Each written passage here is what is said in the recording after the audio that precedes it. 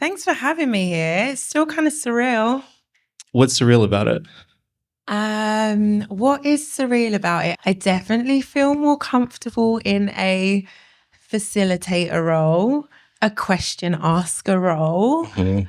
And I think you anticipated my reaction to the word artist. Yes. And you're a fine artist. Yes. Big A. I mean, so they say. Who's they? I don't know. But yeah, thank you. So there are prompts over there, which I'm going to ask you one of the prompts, and then we'll get into what these prompts are. But how's your head, your heart, and your body right now? Okay, let's start with body. I came back from London last night. So in my body, it's like midnight, which is way past my bedtime. But my body feels relatively relaxed. I feel like my heart's beating maybe a little bit fast. Now I'll ease into this weird space. My head feels really like unburdened. And my heart's really open. I went to London because my mum is sick and I got to be there with her, and it just made me it reminded me that like life is so much more important than anything else, and doing it with people is so much more important than anything else. So I feel really grateful that I was there, and I feel really grateful that I'm here. Well, I'm wishing your mother well. Thank you. How's your head, heart, and body? Let's see. I'm only going to answer so many questions from you. But I'll answer that one. Okay. My head is clear. It feels, I just got back from Bard. I was teaching there for the last 3 weeks, so I need to clear out a little bit more. But I feel like as I prep for these things, I try to do some breathing and get that clear. My heart is always open in these conversations because really it is a very responsive thing. It's like, I'm here to celebrate the things that you do. And that makes it easy to have an open heart. And my body's okay. Yeah, okay. Body's okay. I want to start with Dial-An-Ancestor because I think it's probably the project that has kind of created the most iterations, given you maybe it's the thing that's built a momentum in which like this becomes an artistic practice, and one that's like, of course, related and imbricated in cultural anthropology, but like this is a very specific project, and it's one that's like very open, and like you have the ways that you want it to be, and that's interesting to me because like this is a vision. You know what you want it to be. So like I want to hear the beginning. I want to hear like how this whole started and like kind of the bones to the flesh to where we are. Yeah. Okay, so Dial-An-Ancestor is a techno-spiritual hotline. It is going to exist for 100 years, which is obviously beyond my lifetime, purposefully. Mm-hmm. It asks people to do two things: to consider who is asked to listen and who is asked to speak. Like that is the most blunt, simple 2 questions that this kind of artistic process asks. But it came around in 2021 out of, okay, so I was pregnant for the first time in 2021. I know, it's so like like biographical, but I just think I want to go straight there with you. I love it. Yeah, I was pregnant for the first time, and it was like unexpected, and it was really exciting and scary and made me realize how precious and precarious time is, right? At the same time that I had this like germination of like life within me, I also got a call from back home in London that my dad was really sick. So I've got like 2 parents that are sick at the moment. So it was kind of conceptually like holding life and death like at the same time and being like, oh my God, I'm the link between what was before and what is to come. Like, what do I want to do with that? So it kind of made me think about like ancestry and links between the past and the future, but like within my body for the first time. So that's where it came from within my body, but also it was 2021 and I was new in America. Yeah. And that's a lot of new things. It was a lot of new things at one time. But it came out of a learning experience. So twice a week, I got on Zoom with 7 people who are strangers that I did not know. And we kind of had a self-directed course that was about unraveling our relationships to time. Yeah, I know. It's like the weirdest thing to do. How did that even happen? I just know a guy that knows a guy like all the time. Honestly, that's how like anything in my life happens. I have no idea. Just like through WhatsApp, there was this group that was called Know a guy that's like intellectual gangsterism. No, true. Like I don't know anything. I just know people that know things and I get put on. So we were unraveling our relationships to time. And this is kind of where Dial-An-Ancestor really came from, like conceptually. Of course, it happened in a group. It had to. Like, there's no other way. Like, every good idea, if you really boil it down, like comes from multiple dialogues, multiple references. Like, you can't locate it in one place or one person. Like, there's a multitude of kind of like unraveling of references over a lifetime that lead you to one idea. Like an idea finds a person or a set of people and the right time. Right. And so this was that time. I mean, it's like, I guess there were so many thoughts that were going through my head right then where I was thinking about, yes, I think that's true for all artistic creation. The funny thing is that when people take on the name artist, they do slough off the group. They'll say that they're for the group. They'll say that they're for the community, but there are instances, and I'm not damning all artists. I'm not saying that everybody does this. Like it's not that severe, but there are instances where that dynamic falls away and then the singular artist is raised up and we get the genius. And what I hear in what you're saying is that you're keeping it. You're keeping all the things that make that rich and real and true. And that's the time when I understand why maybe you shy away from the term artist, because it does consolidate so much of that feeling of like the one. Oh, yeah. So much of that is like Western, like ideology. It's never been real. It's never, ever been a real thing. And this isn't to shun like the idea of a singular artist. I think that's so important as well. Like, yes, and. Absolutely. I'm interested in like the idea of like the me within the we and vice versa. But for me, the way that I've been like ignited, I definitely need external catalysts and factors to stimulate thinking and doing and practicing. And I don't know, I guess this is a really like bastardized and quite like trite understanding of what an artist is, but I'm just going to like do it anyway. So I think the traditional understanding of an artist is like someone standing in a room being like, me, listen to me. Like, I've got the answers. I'm an artist. Like, I came up with this individual, like singular genius thought and I'm being praised for it. Like, in silo, but nothing ever happens in silo. Whereas I guess the thing that is interesting or natural actually for me through Dial-An-Ancestor is like, hey, there are all of these things happening around me. What is the kind of like consensus of what it is that we need as humanity right now? Or like what mistakes are we making? Where are we tripping up? Like, what is it that we're yearning for? What do we need collectively?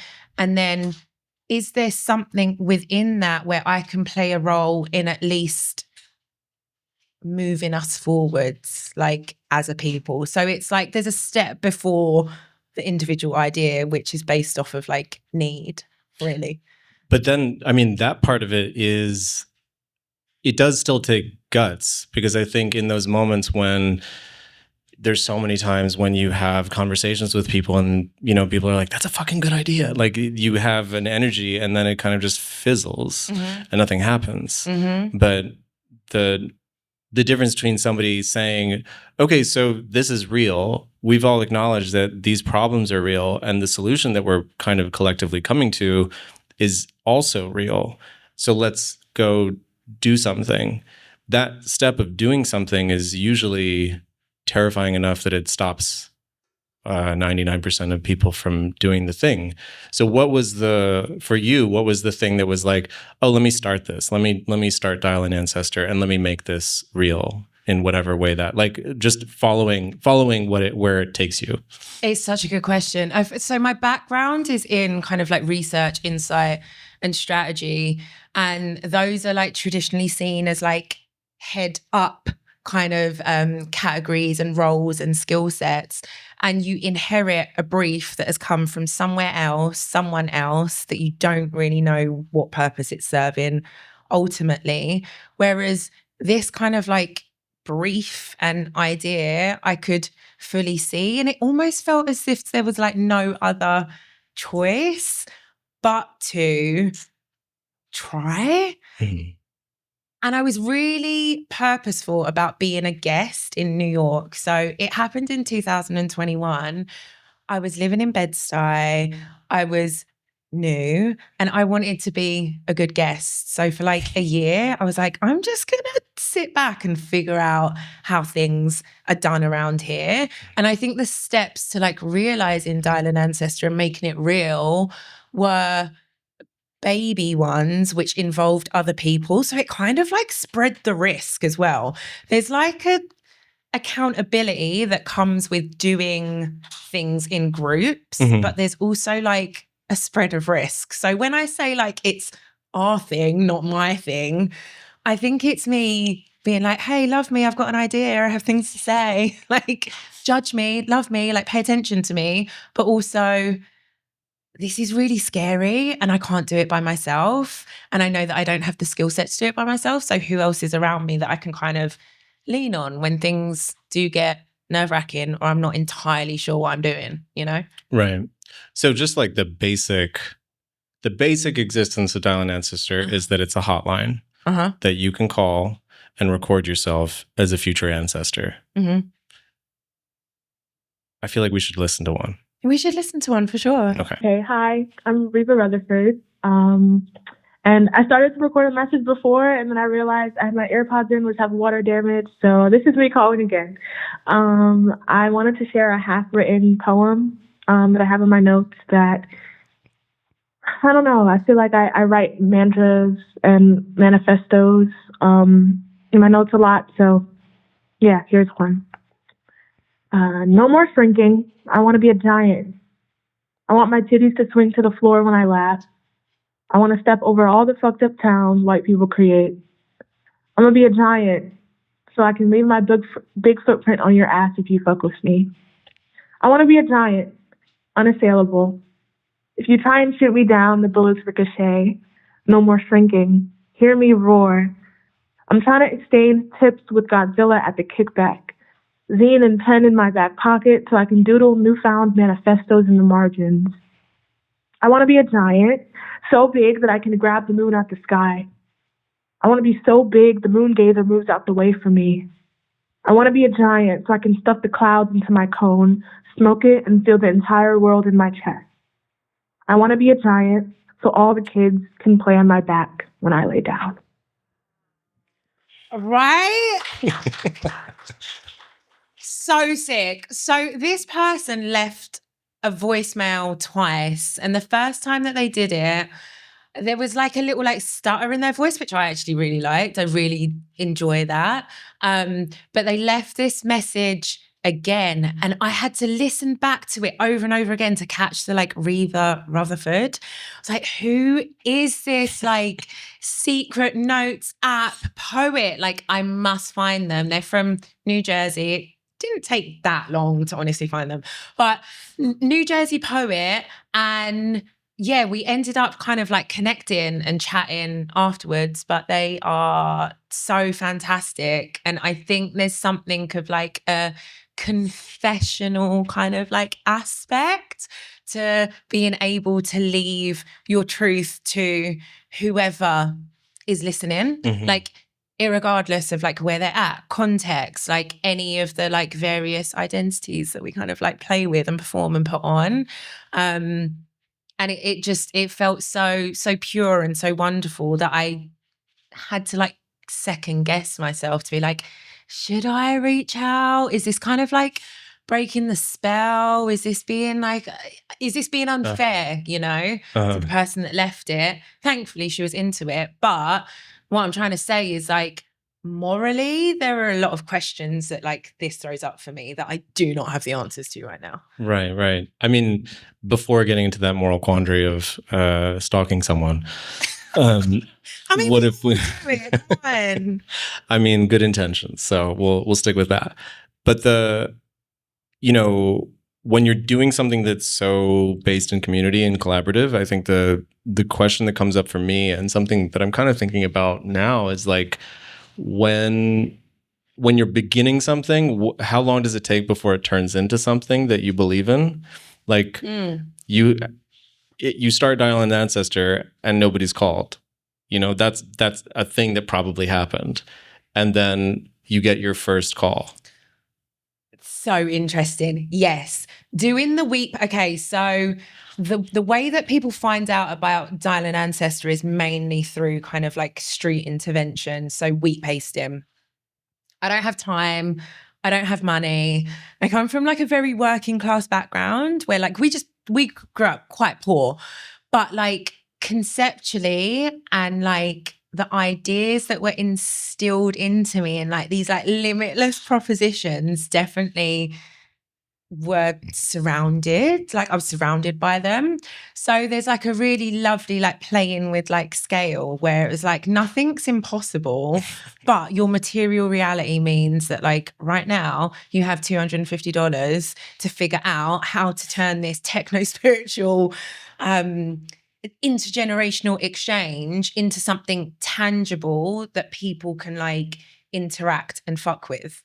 So like, how do you do that? And that's a huge leap from like, how do we share knowledge intergenerationally to you have $250, like how do you actually activate that? Right. When I wheat pasted for the first time, it was the scariest thing in the world, because like I'm trying to make friends. I'm in New York. I don't really know anyone that well. This is a kind of like left field idea. It's maybe like one of the most like visible acts of like the way that I think that I've like put into the world, which felt really scary for me. But people fucked with it immediately. Weirdly, it's now like the tail end. We love a new thing. We love a launch. We don't really love maintenance. Care. And it's really boring to like, I'm seeing this same like wheat pasted thing over and over again. And it makes me think so much. I don't know how to say this woman's name. You might know her. Muriel Lederman. You know what I'm talking about? Muriel, Ukele's. Yeah, like Lederman. Maintenance art. Yeah. Like, and her manifesto, I don't know how, but I found it. And I think so much of her work really resonates with me for that reason. Like the invisible labor that comes around like maintaining a thing is not as sexy as the launch of a thing. So actually I'm finding it harder now than I did going out wheat pasting for the first time, because everyone was like, oh my God, so cool. Like, what is this? Like, I want to get involved. Whereas like after 4 years, it's like, same thing again, But with now that you have all these stories, like now there's maintenance. Yes, you get people that are like, oh yeah, I know that, and they move on. That's fine. To me, it's the ongoing stories, and it is the thing of just constantly meeting new people that meet it where it is. And when they see it, they're like, holy shit, this is an archive of 4 years, and it's going to be going for another 96. And I can potentially be a part of it. And even what you were saying before about like when people do call, there is a very confessional tone. Like the energy on the phone is like you hear it. It's like it's almost grave. Like they start and it's like okay. Like you can feel that they feel like either they're gonna make a detour and be like, I need to be irreverent about this. Yeah. Or there's consequence and like I need to treat this with consequence.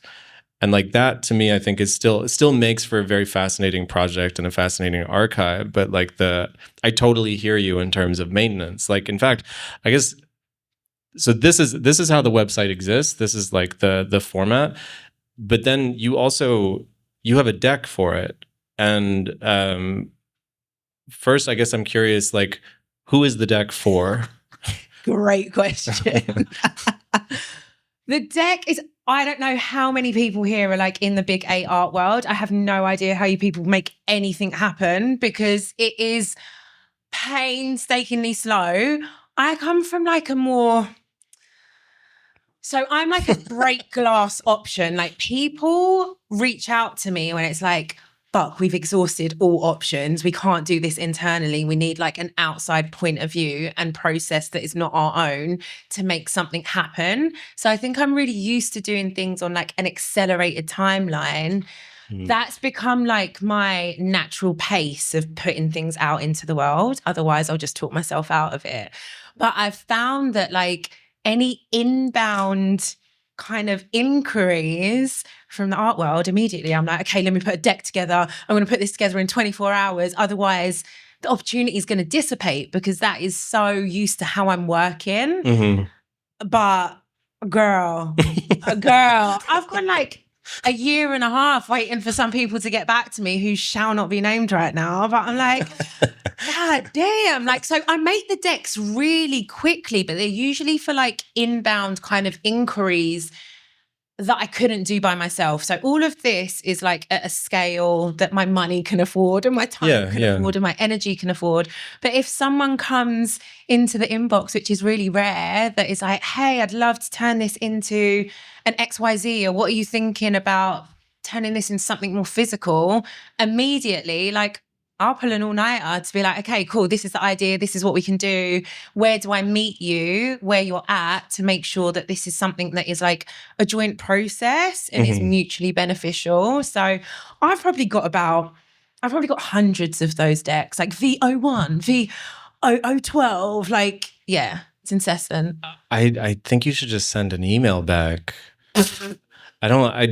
Honestly, I think there's a level, sometimes, at least in the art world, what I've seen is that like I don't even know how to put this. It's like too much is like, oh shit, I don't even operate that. Like, I feel like that curator is like, I'm not this prepared. Yes. There is a word for this in East London vernacular that I've grown up with, and it's stushness. Have you heard that? Stushness? Yeah. No. You got to be a bit more stush. So I grew up in like East London / Essex, depending on where your positionality is. But stushness is being a bit like, you've got to withhold, like, you can't put it all out on the table. The act of refusal is actually really powerful. And I think some of these like psychological games that all of you are playing in the capital A art world, like, I'm not hip to yet. So I actually think that's really brilliant advice. But this is something that is bigger than me and bigger than like all of us. So I just feel like I want to keep the momentum going. But I hear what you're saying. Hold on, I have so many decks of yours open, so I'm like trying to Shaming me find everyone. I love the decks. Like, do not get me wrong. This is in no way a shaming. It's more so like, to me, there's something very valuable about seeing these decks, because I do think that there are ultimately multiple ways of operating and multiple ways of expressing an idea. And like, sometimes having the clarity of a vision and being like, this is what we can do, this is how we can roll it out, this is how it can be meaningful, and this is the role that you play. It's like, it doesn't have to be so hard, and like it doesn't make you more intelligent to be vague. 100%. It does not need to be like deeper or more complex or complicated than it is. Also, like, I tend to see things in like power structures and like who really holds the power. And I think sometimes when you upset the power hierarchy and being like, wait, no, I actually like have a vision and thank you for giving me this opportunity. I actually like have thought about this in depth. It kind of like skews the natural like hierarchy that like an outsider artist is supposed to like come into the conversation or the dialogue with. That is not so helpful because power can only really talk to power. And I think sometimes we confuse like agency and decision and choice with power. And I think sometimes I try maybe a little bit too quick. I need to like think of my when on like when to like reveal like, oh, I think I know how this works, you know? The art world's an interesting place in that there's these functionaries of power that have no power. And it makes them there's a precarity there. There's like a lived precarity in that most of them are paid shit, or, I mean, they probably are, like many of them have wealth already, or there's some forms of security, but many others do not. And they're just doing that job and they're like putting things together and making it work. So in that position, when I feel like they see something that feels more quote unquote corporate, there's also an aversion where it's like, oh, this isn't what we're about. This isn't how we function. Like, that's something that has occurred to me and something that I'm just wondering about, because like I probably many, many years ago, I want to say I wouldn't have been that person, but maybe I would.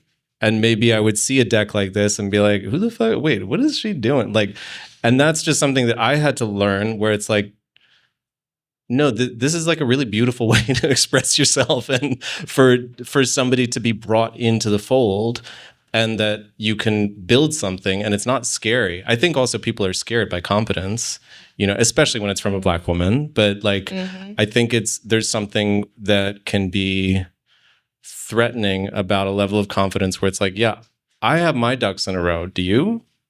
And then it's on them. Without a doubt. I think like the idea of governance and operating structures and who does what. This is like the difference between joint process and collaboration that like we've spoken about before. Yeah. I don't like collaboration. And people are like, oh my God, what do you mean? As someone that's like doing dialogue, I don't like it because I feel like there's a level of accountability that people can eschew from when there is no understanding of where you're at in the process. My mission in life, and it might change, but I hope it does, is to make potent, irresistible, malleable imprints for other people to fuck with. And the other people to fuck with is really, really important. But I'm coming in with like a point of view and a directive and a mission and where I want this to go that keeps me accountable to the broader mission of whatever the thing is, right? Like Facebook started as a thing that was like about intimacy and forging connections. And like people gain power and start to really lose the kind of like guiding principles of why they started the thing in the first place. I'm not like immune to that at all. So I think some of this is also about like holding myself accountable and like keeping me in place as to what like we're actually doing here. So I think there's sometimes shit, I'm threatened by this as well. Like, I'm like, how the fuck am I going to make this happen? You know, like I've said it out loud. It's a really scary thing to say this thing is going to exist for 100 years, you know? Yeah, but I don't doubt that it will. Same.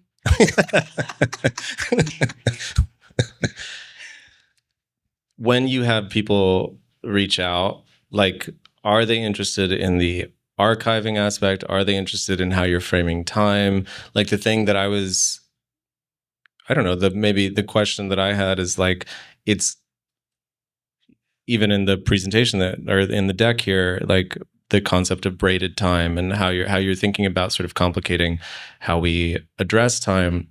What is the spatiality of this project? And I guess I mean, like, how does it take form and how does it move into space?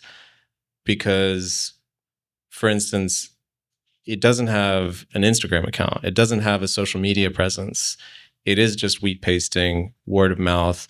Like, what are these stipulations? And if it is about reaching more people and getting out there, why these limitations? I think we are in like a really big data, low context time right now. And so much of our lives have been designed to be frictionless and to kind of like take away any kind of like difficulty in making a thing happen.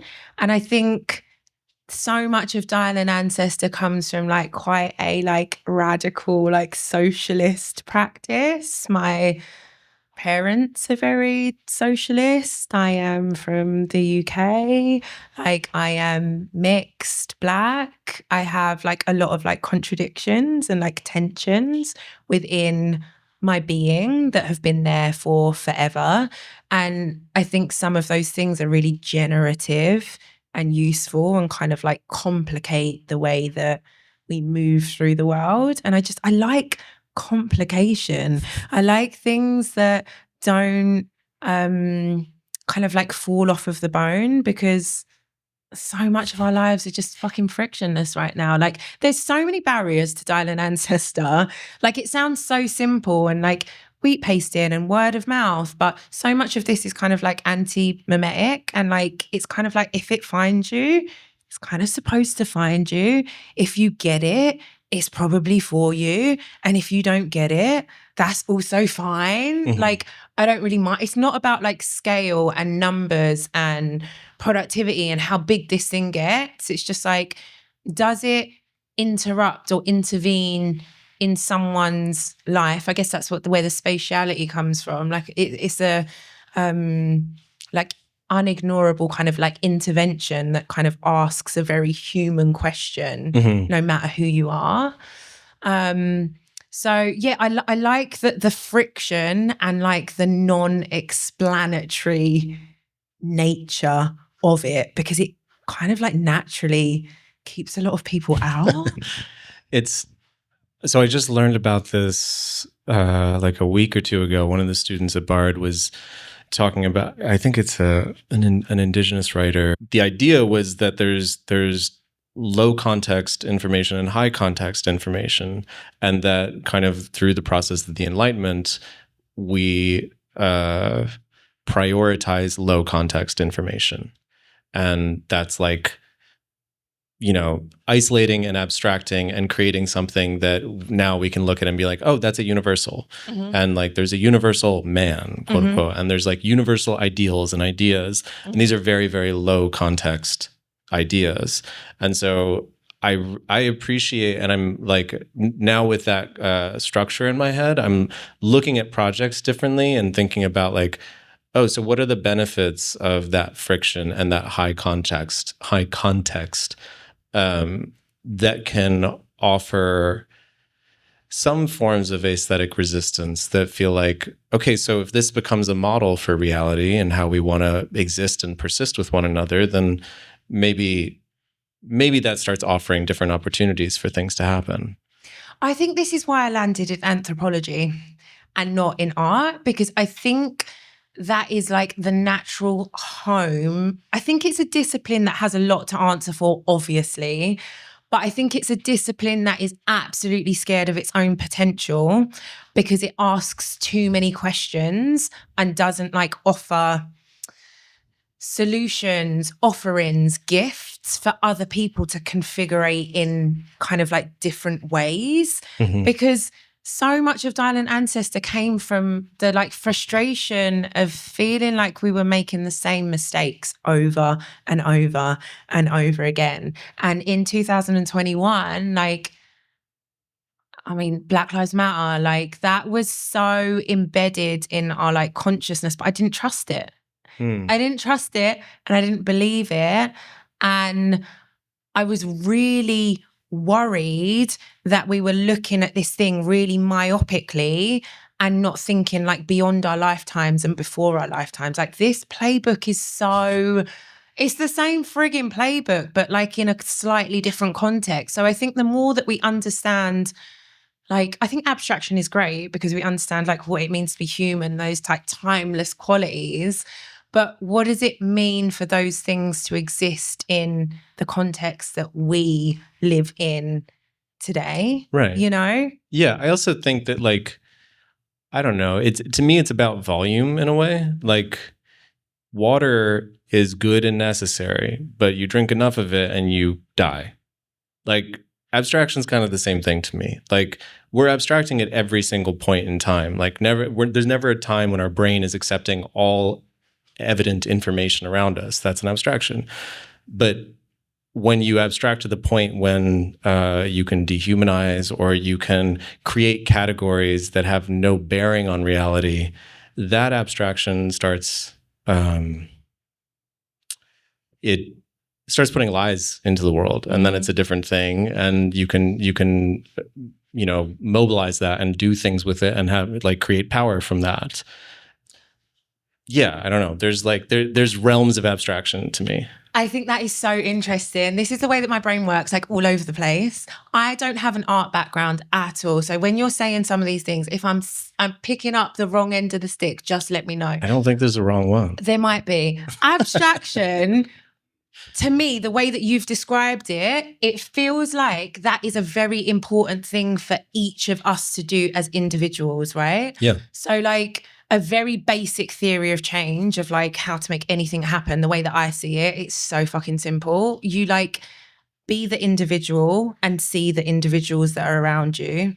You unite those people together with like a common cause or like a mission, and then you tackle the challenge. But it seems like we skip tackling the challenge like immediately and don't think about like scales of intimacy when it comes to like introspection, like how to relate to ourselves so we can relate to other people. And I think that abstraction should happen but like internally, as an internal process, as like a mixed Black person, that level of abstraction and understanding that like the way that I exist in the world, like my own gaze on myself changes depending on where I'm at. Right.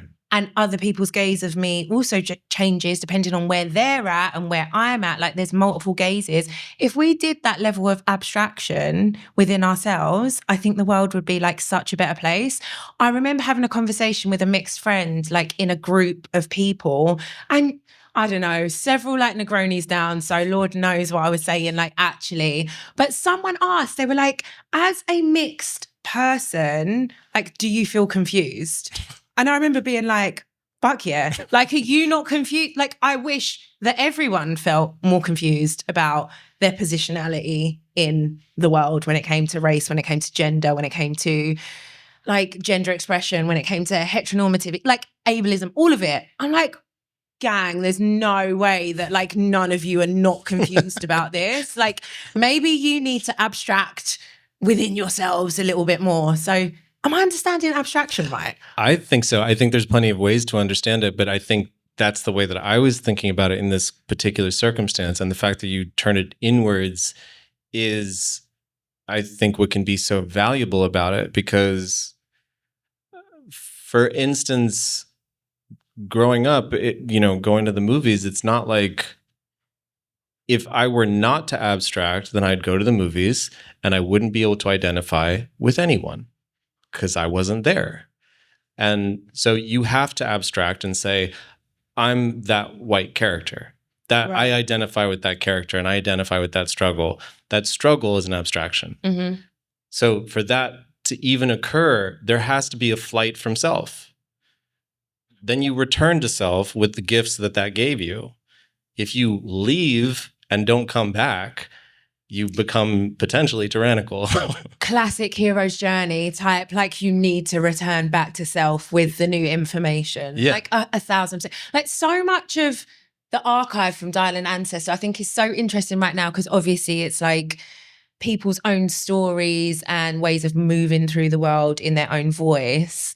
But I don't know where I'm going with this like exactly, but I'm really interested in like the material, like printing out the words on paper and understanding what those stories feel like in someone else's body and voice as a way to gain empathy and then abstract and be in someone else's like shoes for a second, like intonation of voice. And do you know what I mean? Like it's a difficult thing to feel and to do. There's, I mean, on the flip side of that, like interesting foil to this is that in hearing that first one, like hearing that the quality of sound that it's like on a telephone, that it has, it's not like hi-fi production, like drops you into something so specific that it almost allows for more abstraction. It's like, in art school, you'll hear this a lot, or kind of in a lot of different circumstances, but you got to go specific in order to go universal. And like, there's a space of like, yeah, if you get the texture of something that feels really intimate, specific, more people will just respond to that. 1,000%. Do you know what? The amount of people that have left voice notes that I know deeply and are like obsessed with like mallards or something so specific, but will like live, laugh, love on like this archive. I'm like, nah. Ducks? Yeah. I know someone that's like literally like, obsessed with mallards, but live, laughed, loved on the archive. And I'm like, oh, this is also my responsibility in something that is so limitless and so open to provide a few more specific prompts that gets the person to be as hyper specific about what it is to be them in this time, in this body, walking through this world, as a way for more people to kind of like intimate from that, you know? That's beautiful. This is like one of the spatializations of this project. This is one of the ways that this has turned into something else. This feels important for so many reasons.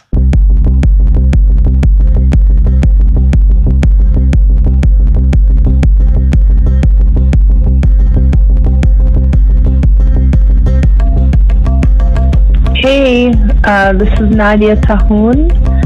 I'm calling in to tell you a story. And this story is with a promise. The promise is that there are Palestinians in the future. And here's my story on humanizing the Palestinian and how to do it. I am really good at code switching. Perhaps it's my blended identity. I am half Palestinian and half Polish, an identity that loves to be objectified. I have heard every strange remark, othering remark, racist remark, Islamophobic remark, classist remark. Wow, that's weird. Oh, you're from Pakistan? Etc. I grew up with that. I learned as most Palestinian kids learn that the very word Palestine or Palestinian or Palestine is an act of revolution. I grew up mostly around white Latins in Miami, another strange identity. Marginalized in the U.S. by the American settlers of this land, but at the top of race and class structures back home. White Colombians, white Venezuelans, white Cubans, etc. What you learn quickly when you are of blended races, ethnicities, languages, and religions is that race in the U.S. is completely made up. An indigenous brown-eyed and brown-skinned person from Mexico checks off the same Hispanic box as a light-skinned, blonde, blue-eyed Colombian. It is designed to erase indigeneity, which is the core cause of all settler states. Growing up in Miami meant that almost everyone I interacted with assumed I was Latina, and after a while, I stopped correcting, because to correct than to say what I really am. And to say Palestine to a white Catholic Latin at a Miami private school would prompt a plethora of strange responses for a plethora of reasons. This strange identity soup on a land that is not ours, that is stolen from the sequestered peoples, created a version of me that can talk to anyone about anything. I know when I am talking to a white Jewish American about the settler state of Israel that I need to almost always preface with an antidote that my family too was murdered in Auschwitz, that I am a Polish citizen, that I speak Polish. It was a way of disarming. It's a way of disarming a white person with my whiteness, and that is the part that I want to talk about today. My white Polish grandmother of Jewish ancestry, who lives in Miami right now, could become an Israeli citizen with the snap of a finger.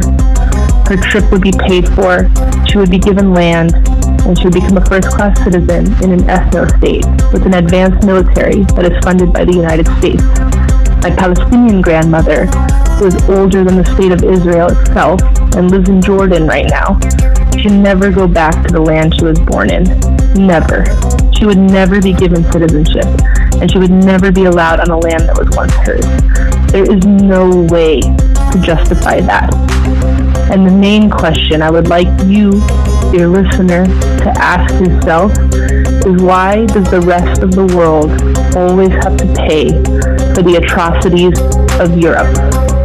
Why?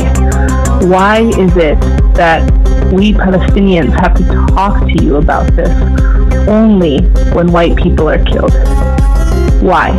Why don't we engage in armchair activism around the clock with the very concept of Gaza, an open-air prison created by Israel where the people are not allowed to work, fish, farm, or leave? Why?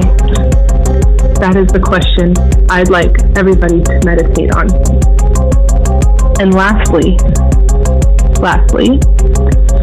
I wanted to say that I know there cannot be an earth without us, because there has never been an us without the earth, no matter how much they try.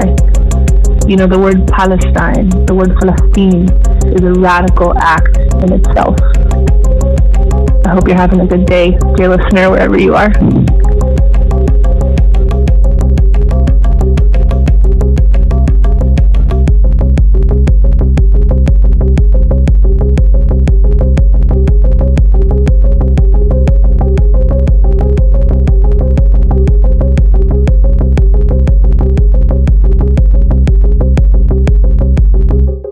Everybody, give it up for Tamika.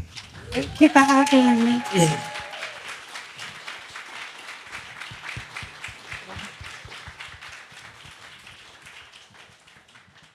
NewCrits is a global platform for virtual studio mentorship. So what we're trying to do is democratize art education.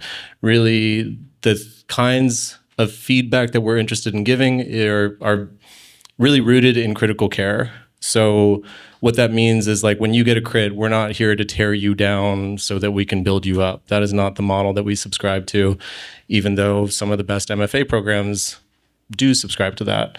And what we're trying to show is that there are ways of listening and ways of building with others and kind of being the midwife to their ideas that can build a different way. And if you're at all interested in that, hit us afterwards. We can talk. There are services that we provide that are both professional or studio-based, portfolio reviews, and then we offer classes. We're going to have 3 classes in the fall. One is one that I've done before called New Identities for Dangerous Times, which is kind of the class that I wish I had when I was younger.